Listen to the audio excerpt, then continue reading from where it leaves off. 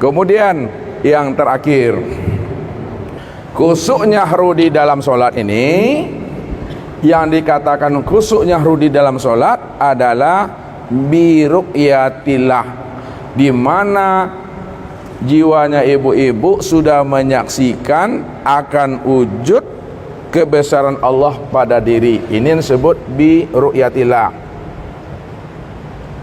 Nah, menyaksikan wujud kebesaran Allah itu pada diri. Nah, bagaimana cara menyaksikan wujud kebesaran Allah pada diri? Karena Nabi kan katakan dalam hadis ihsan itu, anta'budallah ka'annaka tarahu, sembahlah Allah seolah-olah kamu menyaksikan Allah. Maksud itu, sembahlah Allah sebenar-benarnya kamu telah menyaksikan Allah itu pada dirimu. Nah, apa yang kita saksikan pada diri kita ini? Yang kita saksikan pada diri kita ini, inilah tempat memandang nyatanya sifat-sifat Allah. Ya. Kenapa? Karena ibu-ibu, ustadz, kita tidak bersifat dan kita juga tiada berwujud. Yang berwujud dan yang bersifat itu hanya Allah. Kalau kita dikatakan kita berwujud dan bersifat, wujud dan sifat kita itu di hadapan Allah la haula wala quwata illa billah. Tidak ada daya dan upaya melihat, mendengar, berkata, mengetahui, berkuasa dan berkehendak serta hidup, melainkan tiada lain adalah Allah Subhanahu wa ta'ala. Rupanya ibu-ibu, pada diri kita inilah tempat memandang sifat Allah itu. Kalau tidak ada sifat Allah yang sama, tak bisa kita mendengar, Bu. Jadi telinga ini bukan alat mendengar. Bukan mendengar. Telinga ini cuma alat mendengar, bukan mendengar. Mata ini bukan melihat. Mata ini alat untuk melihat. Lisan ini bukan berkata. Yang berkata itu bukan lisan, ini alat berkata. Nah, dibuktikan. Ada sahabat kita meninggal. Dia punya mata, dia punya telinga, dia punya lisan. Ketika dipanggil, bu, bangunlah bu, kami dah hadir sama-sama. Bisakah dia dengar? Bisakah dia lihat? Bisakah dia ngomong? Tidak. Kenapa tak bisa lihat, dengar dan ngomong?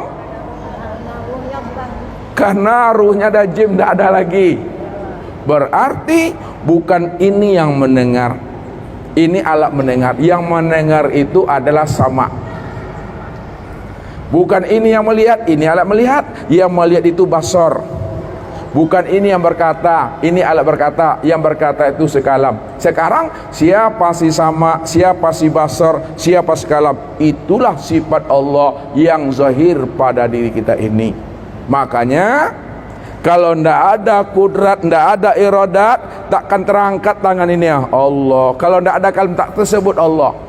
Itulah artinya bahwa diri kita inilah kenyataan tempat memandang nyatanya wujud kebesaran Allah. Inilah tanda orang yang ulul albab. Orang yang ulul albab adalah orang yang mampu memikirkan tanda-tanda kebesaran Allah pada langit dan bumi dan pada dirinya itu. Itu yang ulul albab itu. Maka ketika ibu-ibu telah mampu merasakan dan memandang akan wujud kebesaran Allah pada diri, disitulah solat kita itu bisa khusyuk. Kesimpulannya, solat yang khusyuk kepada Allah itu, tubuhnya itu tenang, hatinya hadir bersama Allah, bermanja-manja, rindu, sedangkan ruh ini menyaksikan sifat Allah nyata pada diri. Itulah sebenarnya solat yang khusyuk itu. Inilah, buka nanti surah Al-Hijr ayat 99 kalau tak salah benar tuh. Wa'bud rabbaka hatta ya'tiyakal yakin.